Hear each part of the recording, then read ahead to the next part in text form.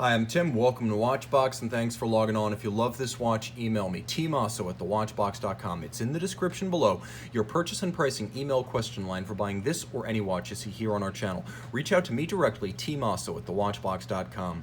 Launched in 2006 at the Istanbul Grand Prix, this is the Audemars Piguet Royal Oak Offshore Rubens Barrichello 2.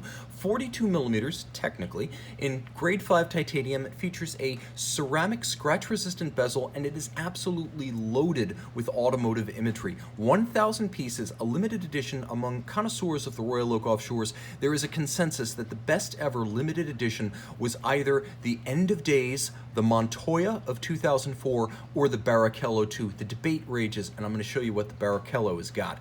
Now, of course, there are 3 Barrichello watches, but take it from me, this is the best. It's technically a 42, and frankly, it wears like a 44 or a 45 or even a 46, but because it's titanium, it's nice and light. Thickness, not bad. 15 millimeters thick. If you measure it end link to end link, and I do mean end link to end link, because it has these little gas and brake pedal shaped intermediate plots, then it is a broad 58.1 millimeters across the wrist. But you can also see that the lug-to-lug measurement's a bit smaller, so if you just measure the case, then it's 53.8 millimeters across the wrist. Throw it on my wrist, and being all titanium with a ceramic bezel, it's actually fairly light, but my goodness is it broad, and you can see it really is. The shape of the case helps as it arcs down at its edge. I would say you probably don't want to wear this watch on a wrist smaller than 15 centimeters circumference, though it's thinner than you expect and surprisingly cuffable underneath the shirt. But in titanium, you know it's going to be light, very comfortable. And let's take a look at the hardware and the software. The top is leather with a contrasting titanium gray stitch, double stitched, perforations, as you can see, like high-performance automotive upholstery or driving gloves. And then on the underside, this is where it's less nostalgic and a little bit more modern. I'm going to do my best to pull that clasp open. This is Alcantara, which is a high-end suede leather substitute.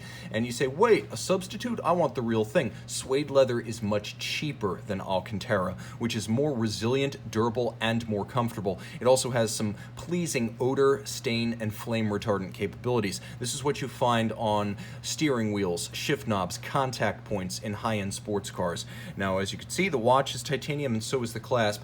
Matte finish inside, media blasted, satin on its outer face. It's the logo style AP single fold that prevents you from dropping your watch while donning or removing it bedside. Lots of automotive imagery here. You can see these intermediate plots always on the offshore, but here shaped like the pedals of a racing car. You can see that this watch uses hex screws in places you ordinarily wouldn't find them on a Royal Oak, because this is designed to look like techno-industrial fixture on a race car. You have a crown that is much like the center nut of a center lock wheel as used in racing with air guns for quick removal, and then we have heat or air extractor profiles for the ceramic chronograph pushers. We have crown guards. They're actually modular and can be removed if gashed, so that's actually both cool looking and practical. If you look at the bezel, you can see that it features a vented profile, as you would find on a slotted and vented brake rotor on a high-performance vehicle. You'll also note that the edge of the bezel has been worn away and opened up to better show the bolts that are interior to the bezel on a standard offshore. You can also see how they feature recessions and wells in them, like the hex screw fixtures used to assemble a modern Formula One car. The bezel is polished on its flank and satin on its top. Being ceramic, it's highly scratch resistant. Now, the dial has been opened up. Yes, we have the applique indices, we have the hands, which feature the imagery of a sort of automotive heat sink, and then we have the colors of the Brazilian flag, because Rubens Barrichello is, after all, probably the most famous and accomplished Brazilian driver post-Senna. And then the dial is open. You can see parts of the movement base plate, specifically the motion works under the hands at center. So this is a good-looking watch and a really thoroughly realized project, as almost everything has seen modification for the special edition. This is no dial and strap special series. This is all custom. Now, you also note that the case is hand finished, brushed as well as polished. This is a manually finished watch inside and out.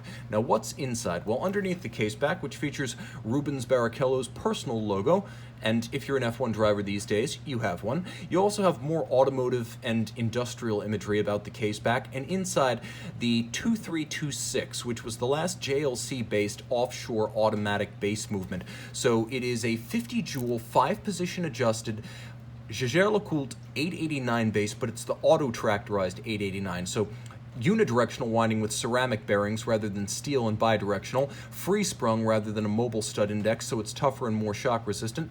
The automatic winder gives you a 38-hour power reserve, a quick set as well as hacking seconds, and it uses a Dubois-Dupraz vertical clutch chronograph module that provides slick and smooth action. Screw down crown, 100 meter swimmable water resistance. It beats away at 28,800 vibrations per hour. As stated, this is probably the Royal Oak Offshore limited edition to own. Well, technically a 42, think of it as a 45, but it is feather light. You know what? The best solution is simply to collect them all. Why debate the best? Owning one of each is the watch collector's solution. Reach out to me, Tim Mosso at thewatchbox.com if you want to start the collection. And we're back with the Rubens Barrichello by night.